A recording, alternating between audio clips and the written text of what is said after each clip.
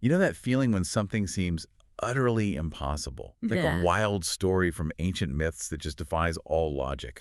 Or maybe a bizarre, vivid dream that couldn't possibly be real in our waking world. Right, something totally outside our normal experience. Exactly. And for centuries, ideas like psychic phenomena, telepathy, psychokinesis, seeing the future, they've been casually dismissed as just that, Superstition, fantasy. or outright fraud, often seen as relics of a pre-scientific age, banished to the fringes. Yeah, not taken seriously. But what if the science, the rigorous, meticulously conducted real science, is actually telling a wildly different story? What if our dismissal isn't really based on a lack of evidence, but on something else entirely? That's a provocative starting point. Welcome to the deep dive. Our mission today is to unpack a truly compelling and maybe even paradigm-shifting argument. It comes from Chris Carter in his deeply researched book, Science and Psychic Phenomena. A fascinating read, I have to say. It really is. And Carter's central premise isn't that there's a lack of robust statistical evidence for things like telepathy or psychokinesis. No, quite the opposite, actually. Right. He argues the data has been accumulating for decades. Instead, he says the true debate, the reason for the fierce opposition, is really a clash between an outdated scientific worldview. Sort of a 17th century Newtonian hangover, you could say. Precisely. And the strange, counterintuitive realities revealed by modern physics. This isn't just a simple disagreement over facts. It's a profound conflict rooted in deeply held preconceptions. Worldviews clashing, belief systems. It really calls to mind that timeless wisdom from Schopenhauer, doesn't it? Ah, the 3 stages of truth. Exactly. All truth passes through 3 stages. First, it is ridiculed. Second, it is violently opposed. Third, it is accepted as self-evident. Mm, And as we navigate this deep dive, you're about to hear how that process, that uncomfortable journey from scoffing to maybe reluctant acceptance, rings incredibly true for the scientific investigation of psychic phenomena. It's a pattern we see again and again in science, isn't it? Especially when challenging the status quo. Absolutely. And to really set the stage, to illustrate this pattern, let's journey back in time. There's this fascinating historical anecdote. Picture this. It's 1772. Okay. The prestigious French Academy of Science, the intellectual powerhouse of its age, right? Their pronouncements carried immense weight. They convene a committee And what's their task? to investigate strange reports, often from farmers or villagers, of stones falling from the sky, what we now just call meteorites. Ah, okay. Stuff that seemed impossible then. Totally. Mm. These reports were anecdotal, dismissed as folklore, so after much deliberation, scrutiny, probably a fair bit of head shaking, their brilliant conclusion: unequivocal. There are no such things as hot stones that have fallen from the sky because there are no stones in the sky to fall. Wow. Just dismissed it out of hand. Completely. Reports were delusions, peasant superstition. And get this, museums across Western Europe actually threw away their meteorite specimens because of the Academy's ruling. Threw away evidence because it didn't fit the theory. Can you believe it? It wasn't until 1803, over 3 decades later, that the Academy finally, grudgingly, admitted they were wrong. The evidence just became too overwhelming. Took them long enough. Now, here's where the historical irony and the pattern really kicks in.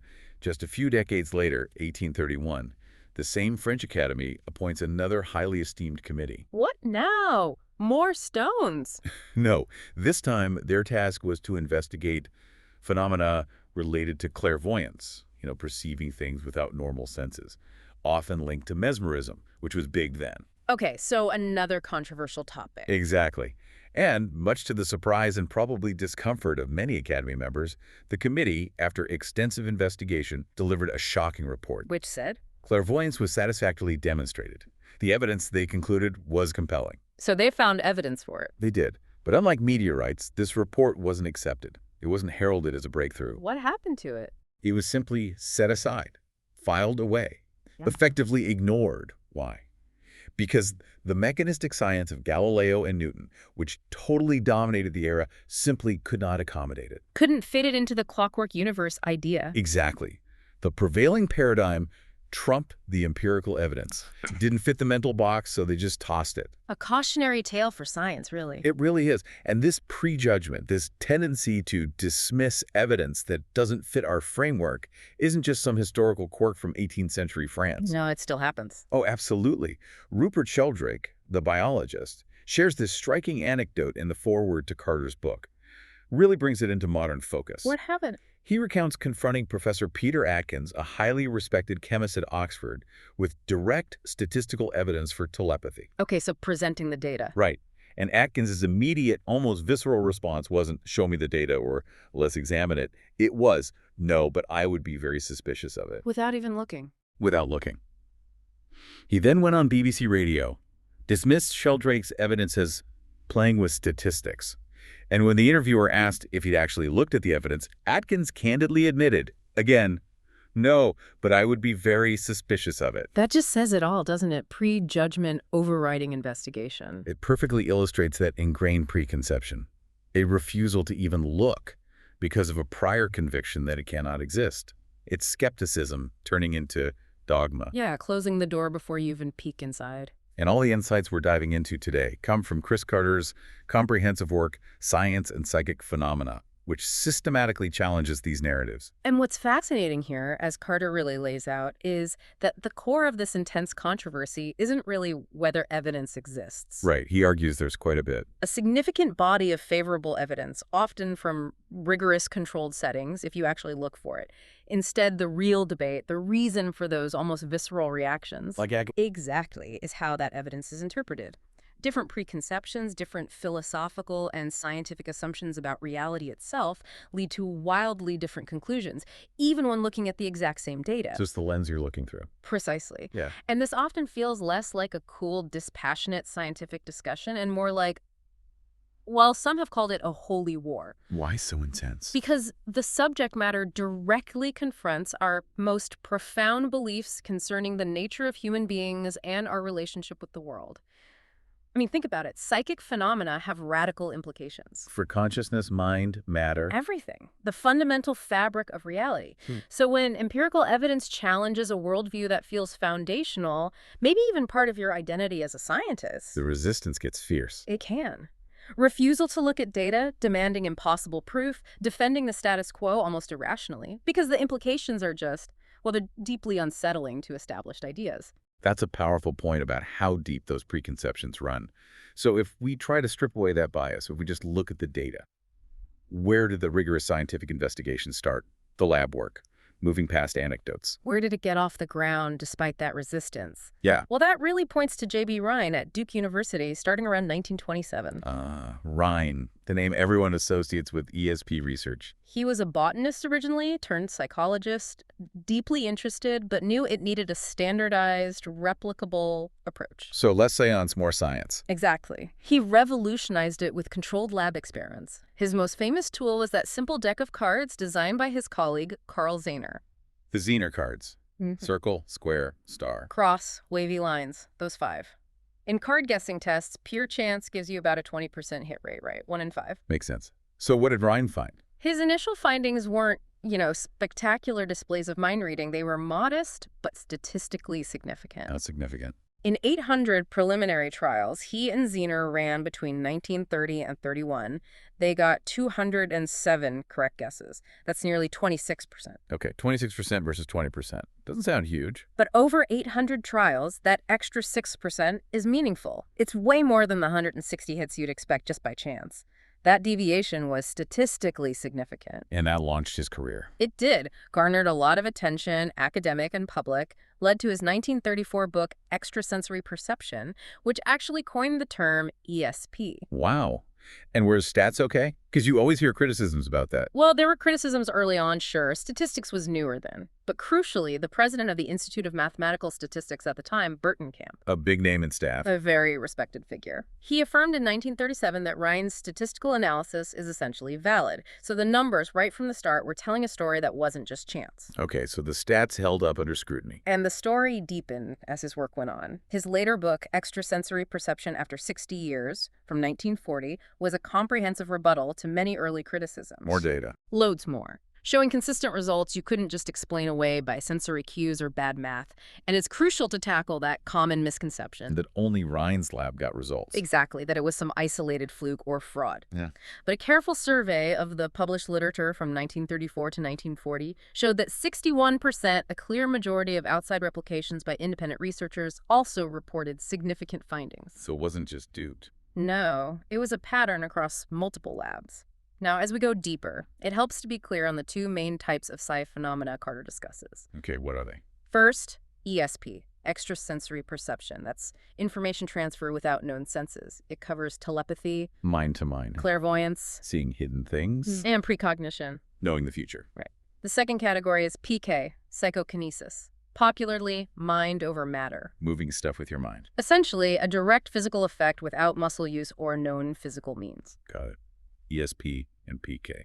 And what's fascinating, a point Carter really stresses, is that for both ESP and PK, the essential property of psis isn't some obvious effort. It's more like the automatic realization of an intention, conscious or unconscious. Automatic realization. What does that mean? It's often subtle, not necessarily trying hard, but an influence or reception happens because of an underlying intention or desire, maybe one you're not even fully aware of. Interesting. Less brute force, more subtle guidance. Something like that. It's a nuanced view, key to understanding how these things might work. Okay, that brings us neatly to psychokinesis, PK, mind over matter. Now, most people probably think of, bending spoons like Uri Geller or levitating objects. Yeah, the dramatic stuff from movies. Right. But modern PK research, Carter argues, while maybe less theatrical, is scientifically much sounder. It's often about subtle statistical influences. Tiny effects, but consistent over many trials. Exactly. And here's where the numbers get truly mind-boggling. Let's look at a huge meta-analysis by Dean Radin and Diane Ferrari. Okay, what did they look at? They reviewed published studies from 1935 to 1987. 148 studies, over 2,500 subjects trying to influence, get this, more than 2.5 million dice throws. Wow, 2.5 million. That's a massive data set. Colossal. And what did they find? A tiny but incredibly consistent deviation from pure chance. Subjects hit their target number 51.2% of the time versus a control rate of 50.02%. Seems small. 51.2 versus 50.02. It seems small. But with 2.5 million throws, the odds against that happening by chance were calculated to be more than 1 billion to 1. 1 billion to 1. Billion with a B, way beyond lottery odds. Chance is just effectively ruled out as an explanation. Staggering. Then there's the physicist Helmut Schmidt. He saw the limits of manual dice throws and pioneered automated electronic testing using random number generators, RNGs. Taking human error out of it. Yeah. Using quantum randomness. Exactly. These devices use the truly unpredictable emission of electrons from radioactive decay, like strontium-90. It's fundamentally random at the quantum level, like a perfect digital coin flip. So impossible to predict or manipulate conventionally. Right. The experiments tested if human intention, just by focusing, could subtly nudge these random events. Could you bias a binary counter flipping between 0 and 1 just slightly away from 50-50? Again, looking for a tiny bias. Tiny on any single trial. But these machines could run massive numbers of trials very quickly. Tens, hundreds of thousands, millions. Allowing tiny effects to accumulate statistically. Precisely. And a huge meta-analysis by Dean Radin and Roger Nelson at Princeton looked at 832 PK studies using these RNGs from 1959 to 1987, published in Foundations of Physics, a respected physics journal, and the result? An overall hit rate around 51% versus the 50% chance expectation. Remarkably consistent across hundreds of studies. And because of the massive data set, the odds against this being due to chance were, wait for it, beyond 1 trillion to 1. 1 trillion? That's almost inconceivable. It's not just an anomaly, it's a profound challenge to our standard view of things. So this raises a really important question. What are the implications here for physics, especially quantum physics? Yeah, what's going on? The key takeaway isn't that people are shifting matter like bending spoons. The data suggests they are shifting probabilities of events in desired directions at the quantum level. Shifting probabilities, not matter directly. Exactly. And this is critical because many modern laws of nature, especially for large systems like gases or even thermodynamics, they're inherently statistical. They describe the most probable behavior, not the only possible behavior. Like it's overwhelmingly likely air stays spread out in a room, but not technically impossible for it all to rush into a corner. Precisely. Highly improbable, but not forbidden by the statistical law. So if macroscopic laws are statistical, the idea of a subtle, conscious intention influencing quantum events, nudging probabilities, slightly becomes much more plausible within modern physics. So it's not breaking laws, but influencing outcomes within the law's probabilistic nature. That seems to be what the data points towards, a subtle bias on quantum randomness. It suggests a much more intimate link between mind and matter than classical physics allowed. Okay, fascinating reframe. Shifting from PK now to telepathy, ESP. You mentioned earlier work moved beyond just card guessing. Yes, Ryan's work was foundational, but researchers looked for more engaging methods, inspired partly by findings that psi often seem to occur in altered states, like dreaming. Dreaming. How do they study that? Montague Ullman and Stanley Krippner did pioneering dream telepathy studies at Maimonides Medical Center in New York back in the 60s and 70s. In sleep labs. Yes. They had people sleep in the lab, monitored their dream cycles, REM sleep, and had a sender in another room concentrate on a target image trying to influence the sleeper's dream content. And did it work? The results were encouraging, yes. Judges comparing dream transcripts to the target images found significant correlations, with odds against chance often in the millions to one. It hinted at that connection between consciousness, altered states, and information transfer. Interesting. And that led to the Ganzfeld procedure. Exactly. Ganzfeld means total field in German. It's designed to reduce sensory input, create a mild, altered state thought to be conducive to psi. Can you paint a picture? What's it like? Okay, imagine you're the receiver. You're comfortably reclined in a quiet, often soundproof and shielded room. Okay. You have halved table tennis balls over your eyes. Ping pong balls. Yep. Lit from above, so you just see a uniform field of reddish or white light, no shapes. And you wear headphones playing white noise, masking sounds. Total sensory mush, basically. Pretty much. You're guided through relaxation, trying to clear your mind. Meanwhile, in a separate sealed room, a sender focuses intensely on a randomly chosen target, a picture or video clip. And the receiver's job? Just to talk aloud. Describe any thoughts, images, feelings that come up during, say, a 30-minute session. Okay, then what? Afterwards, you're shown 4 potential targets, the real one, plus 3 decoys. You rank them based on how well they match your impressions. And by chance, you'd pick the right one 25% of the time. 1 out of 4. Exactly. So this brings up that crucial question. How reliable were these Ganzfeld results? Did they hold up under skeptical scrutiny? Yes. This led to the famous Great Ganzfeld debate, a big public back and forth in the scientific literature. Between who? Mainly between parapsychologist Charles Honorton, a key Ganzfeld researcher, and psychologist Ray Hyman, a very prominent longtime psi critic and a founder of CSI Cop, the skeptical group. Okay, skeptic versus proponent.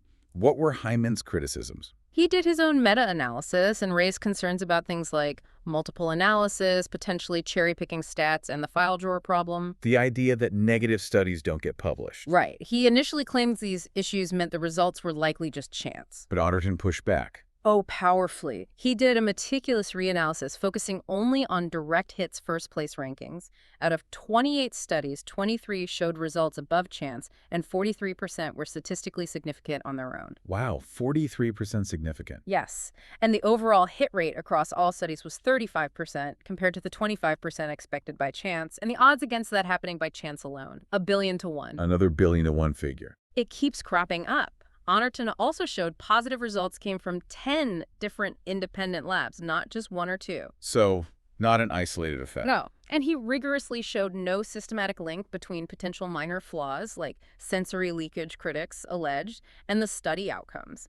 Even when excluding studies with any potential issue, the results remained highly significant odds, around 100,000 to 1 against chance. So, a very robust defense of the data. Extremely. Which led to the pivotal moment in 1987, the joint communique. Between Hyman and Honorton, what do they agree on?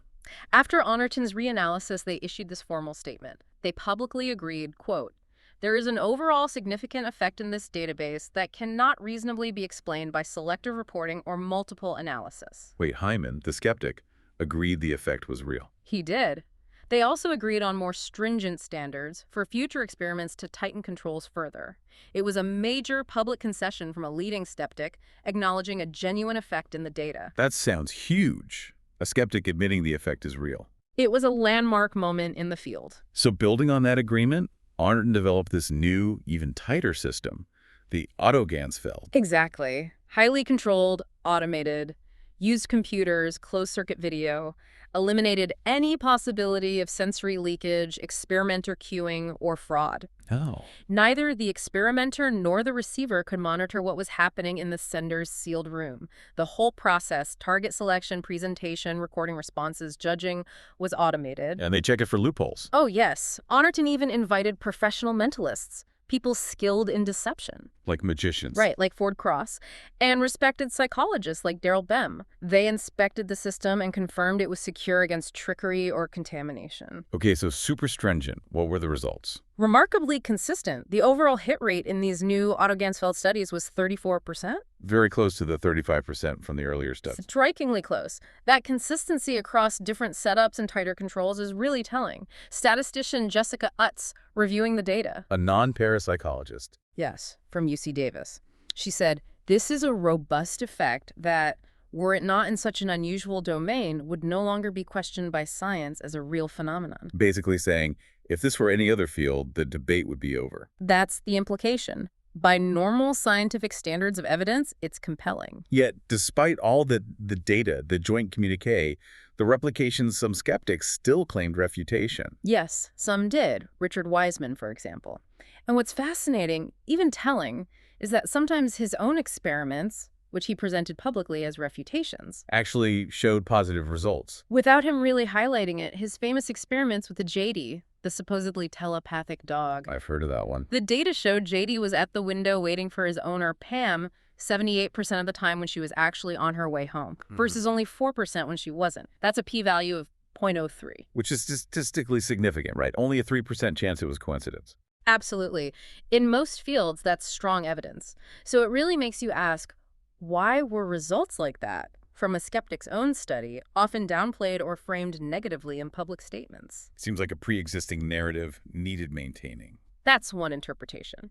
Then there's Susan Blackmore, built a career as a prominent skeptic, often saying 10 years of intensive research made her disbelieve. Okay. But a close look at her own doctoral research showed that 7 of her 21 experiments, that's 37%, actually yielded statistically significant results. Odds over 20,000 to 1 against chance. Significant results in her own work. Yes. And later, she admitted in an academic journal her experiments were carelessly designed and couldn't draw firm conclusions, yet she continued to present them as conclusively negative in the popular press. That seems inconsistent, to put it mildly. It highlights a selective approach, perhaps. And Marcello Truzzi, who actually co-founded the skeptical group CSI Cop, but became critical of its dogmatism. What did he say? He talked about the frustrating shifting goalposts. As parapsychologists provided stronger evidence, moving from anecdotes to experiments to fraud-proof designs to replications to meta-analyses, critics kept changing the requirement. Demanding more and more. Right. Finally resorting to what Hyman called the dirty test tube argument, just vaguely claiming some unspecified flaw must exist. Truzzi said some critics hold unfalsifiable positions. No evidence would ever be enough. Like closed doors. Exactly. And connecting this to the bigger picture, this resistance isn't new. George Price, back in 1955, published an article in the journal Science. Science magazine? Wow. Yes, stating unequivocally that parapsychologists have won a decisive victory and that almost the only defense remaining to the skeptical scientist is ignorance. Ignorance. In 1955. Nearly 70 years ago. It suggests a long pattern of resisting the data, not necessarily because it's flawed, but because it challenges those deeply ingrained assumptions about reality. Intellectual inertia, maybe? Okay, so if the data is robust, what's the core reason for the rejection? The Great Wall, as Carter puts it. It really boils down to one main objection, the one you hear constantly. This is impossible. It violates the laws of physics. The ultimate trump card for skeptics. Pretty much. Ray Hyman said it plainly. The scientific community won't abandon its fundamental ideas about causality, time, and other principles for a few experiments. If it contradicts physics, it simply cannot be real. End of story. Seems logical on the surface. It does. But here's where Carter makes his crucial counterargument. He doesn't dispute that psi violates some laws of physics. Oh. Which one? He argues psi only violates the classical 17th century laws of physics, the old Newtonian worldview, Based on determinism, localism. observer independence, all those classical pillars. The key point, the paradigm-shifting bit, is that these very ideas have been fundamentally challenged, revised, even overturned by modern physics. So the laws skeptics invoke are outdated. Obsolete at the fundamental level of reality, according to Carter's reading of modern physics. That's a huge claim, Yeah. that the main objection is based on old physics. It is, and it hinges on understanding that science isn't some fixed, monolithic body of conclusion. Evolves, right. Constantly. Until about a century ago, Newtonian physics was seen as complete, a perfect clockwork universe. But then came Einstein's relativity and quantum mechanics, Which blew everything up. fundamentally revised our understanding, showed reality as far stranger, more complex than we imagined. Even Einstein seemed open-minded. He did. In a 1946 letter to a parapsychologist, Jan Ehrenwald, Einstein wrote, "We have no right, from a physical standpoint, to deny a priori the possibility of telepathy. For that sort of denial, the foundations of our science are too unsure and too incomplete." Wow. Einstein himself saying we don't know enough to rule it out. Exactly. And despite the perception of universal skepticism, surveys back in the 70s showed 56–67% of scientists actually considered ESP an established fact or a likely possibility. Really? That high? Yeah. The really vocal skepticism often seems more prevalent among, as Carter puts it, the administrative elite or public figures worried about institutional reputation. Interesting. So the aha moment comes from modern physics. Yes. Two key experimentally verified concepts from quantum mechanics make psi seem not just possible, but maybe even plausible. They provide a potential framework. Okay, what's the first one? Non-locality. Einstein's spooky action at a distance. Right, the one that bothered him. It did, because it seemed faster than light. But decades of experiments have confirmed it. Nobel Prizes have been won for demonstrating it. How does it work again? Simply. Imagine two electrons born together, entangled. Measure the spin of one, and the other instantly takes the opposite spin, no matter how far apart they are. Across the room, across the galaxy. Instantly. Not because a signal travels. No signal. Their states are just intrinsically linked, correlated from the start. It's a fundamental connection, not communication in the normal sense. Okay. How does that relate to psi-psi? Well, it directly addresses that objection about psi not weakening with distance or barriers. If the connection is non-local, instantaneous. Distance doesn't matter. Barriers don't matter. Exactly. Since no signal is sent, the quantum connection is immediate and unaffected by barriers and distance. And Nobel laureate physicist Brian Josephson sees this non-locality as strong evidence for the reality of psi. A Nobel laureate thinks it fits. He does. Though suggesting it publicly, like in an article for Royal Mail Stamps about telepathy, Caused a stir. a massive firestorm of controversy. Critics like David Deutsch called it utter rubbish. But other physicists, like Bernard Carr, defended it, saying the mind-matter interaction is why some physicists are interested in the paranormal. It's a live debate at the edge of physics. Okay, non-locality is one. What's the second concept? The observer effect. This is where consciousness seems to play a much more active, even causal role in shaping reality than classical physics imagined. How so? In the quantum world, particles don't have definite properties like position or spin until they're measured or observed.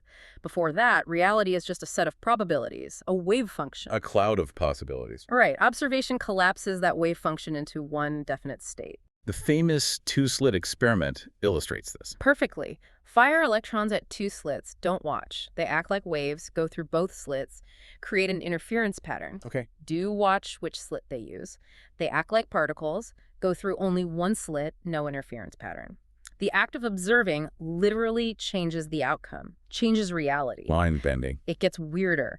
Imagine an atom split into two wave parts, trapped in two separate boxes. Before you look, the atom is in both boxes simultaneously, a superposition. In both places at once. Until you look. The moment you look, bam! It's found in only one box. Its position becomes an observer-created reality. So what does the observing, what collapses the wave? That's the huge question.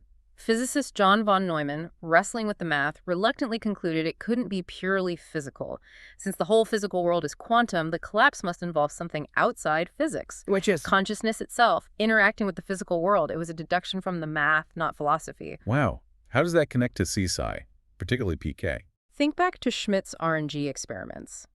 Conscious intention subtly shifting probabilities from 50% to 51–52%. Right, the 1,000,000,000 to 1 odds. It suggests the observer, through intention, doesn't just collapse the wave to an outcome, but can help specify what outcome occurs by shifting the odds in a desired direction. So consciousness isn't just passively observing, it's actively influencing. That's the radical implication. Schmidt even did fraud-proof experiments influencing pre-recorded random data, suggesting an influence independent of live observation. It implies consciousness has a causal role. Which totally challenges materialism, right? Right. The idea that mind is just a brain byproduct. Absolutely. Nobel laureate Roger Sperry talked about downward causation, where higher-level emergent properties like conscious thought Can influence lower levels, like brain cells. Exactly. It contradicts the idea of consciousness as a useless epiphenomenon. Even Darwin argued against that. If mind were useless, how could it have evolved via natural selection? It must do something. Consciousness as an active player, not just a spectator. And here's maybe the most radical idea linked to physics equations working forwards and backwards in time. Presentiment. Presentiment, like premonition. Sort of. Dean Radin's experiments showed people's bodies' heart rate, skin resistance reacted before seeing randomly selected emotional pictures. Reacting to something before it happens. Yes, as if unconsciously preparing for a reaction to an impending event. Radin wonders if it's the brain responding to its own decision taking place a third of a second in the future. Whoa. Brain reacting to the future. It implies a profound role for consciousness, maybe even influencing events across time. It radically questions causality as we normally think of it. If our brains can anticipate the future, what else is possible? Mind-blowing stuff. It really pushes the boundaries. Okay, let's unpack this historical resistance then. If modern physics opens doors, why the continued skepticism? We mentioned David Hume earlier. Ah, yes, the ghost of David Hume. His argument from 1748 against miracles has had this incredibly long shadow, really influencing skepticism towards psi. What was his argument, basically? He argued a miracle is, by definition, a violation of the laws of nature. And since firm and unalterable experience has established these laws, the proof against a miracle is as strong as any argument from experience could possibly be. So, uniform experience proves the laws, therefore anything violating them must be false. Essentially, yes, and that gets applied directly to psi. It's deemed impossible by definition, so evidence is dismissed beforehand. You have to remember the context of his time, right? The 18th century. Absolutely critical. Newton's triumphs were fresh. The universe seemed like this perfect, predictable, gigantic clockwork mechanism governed by inviolable laws. Science had seemingly banished magic and superstition. Right. Second sight. Miracles these were now, incredible at best and vulgar superstition at worst. That era really cemented the hard line between natural and supernatural. A line that makes psi seem automatically supernatural and thus impossible. Exactly. That conceptual divide became almost impenetrable. So Hume and his contemporaries thought they basically had it all figured out. If we connect this to the bigger picture, Carter argues they operated under an arrogant assumption that humanity had finally found the absolute truth about the universe with Newtonian physics. Assuming the laws they knew were the laws, certain and unchanging. Yes. And Hume's whole argument rests entirely on that flawed premise, that we know all the laws and they never change. But Carter refutes that. Powerfully. And history backs him up. The premise is just demonstrably false. The history of science is filled with accepted impossibilities becoming reality. Like the meteorites we started with. Meteorites, continental drift dismissed for decades. Even X-rays seem like a hoax initially. What was extraordinary becomes ordinary as theories change. Science isn't static. Not at all. It's about refining models based on observations. So how does science actually progress if we can't assume we know all the laws? Isn't that where Karl Popper comes in? Exactly. Popper's criterion of falsifiability is crucial here. He argued a scientific theory must be capable of being refuted by observation. You can't prove all swans are white just by seeing white swans. Right, Hume was correct there. You can never observe all swans. But Popper showed you can falsify it with just one black swan. So science works by trying to disprove theories, not prove them true. Precisely. We propose bold conjectures, hypotheses, and then try to shoot them down with evidence. Theories are always tentative, open to revision. Scientific belief is rational because it's tentative, not because it's absolute faith. Okay, so the disconnect is what? The disconnect is stark. Hume's argument made sense in the 18th century Newtonian clockwork universe, but Carter argues it's long obsolete now. Because modern physics changed the game. Completely. Physics now includes non-locality, the observer effect, maybe even downward causation from consciousness. Psi is not inherently incompatible with modern physics. Some psi theories are even formulated within quantum mechanics. So the objection, it violates the laws of physics, is often based on an outdated view of those laws. That's Carter's core argument.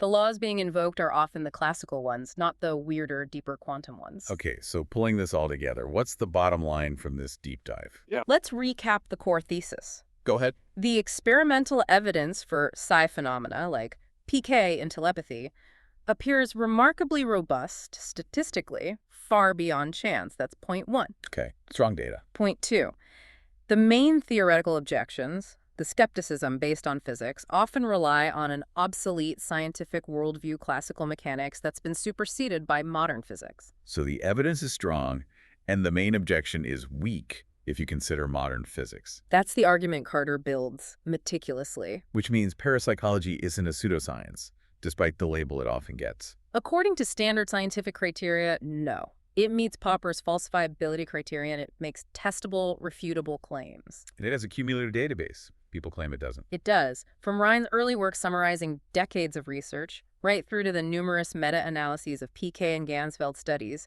aggregating results across labs and years. With replicable experiments. It has exemplar experiments like the Otto Gansfeld and RNG PK studies.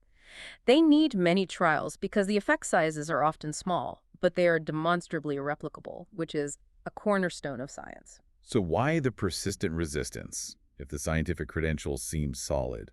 Well, if we connect it to the bigger picture, Carter suggests several reasons.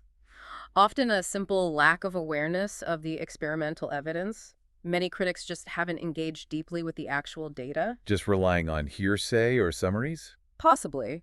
Also, a genuine fear of ridicule within the scientific community. It's a career risk. Sticking your neck out on a controversial topic. And crucially, adherence to an outmoded metaphysics of science, that classical worldview that hasn't caught up with quantum insights.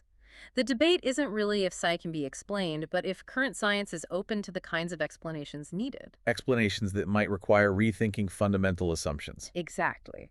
Which leads to the idea that parapsychology isn't some weird anomaly. It's arguably a pioneering field exploring the frontiers of consciousness and its role in the universe. Pushing the boundaries of what we think we know. Forcing us to confront the limits of purely reductionist thinking and grapple with those profound quantum implications. Observation, intention, non-locality, a more integrated, interconnected universe. Like that Nick Herbert quote you mentioned. Yes, the physicist Nick Herbert. At the logical core of our most materialistic science, we meet not dead matter, but our own lively selves. It perfectly captures how modern physics points towards consciousness being fundamental, not just froth on the surface. Wow. So the final provocative thought for everyone listening, what if the impossible is just the not yet understood? If consciousness really does play a fundamental causal role in shaping quantum reality, as the physics seems to suggest, and if our solid sense of time and space is, as Einstein called it, a stubbornly persistent illusion. What does that imply? What does it imply about human experience, our intentions, our potential? What other extraordinary claims currently ridiculed might just be waiting for a new paradigm, a broader scientific lens? Like meteorites were once. Exactly. This deep dive really forces us to question the limits of our current understanding, doesn't it? To consider a world far more interconnected, responsive, maybe even alive than classical science ever let us imagine.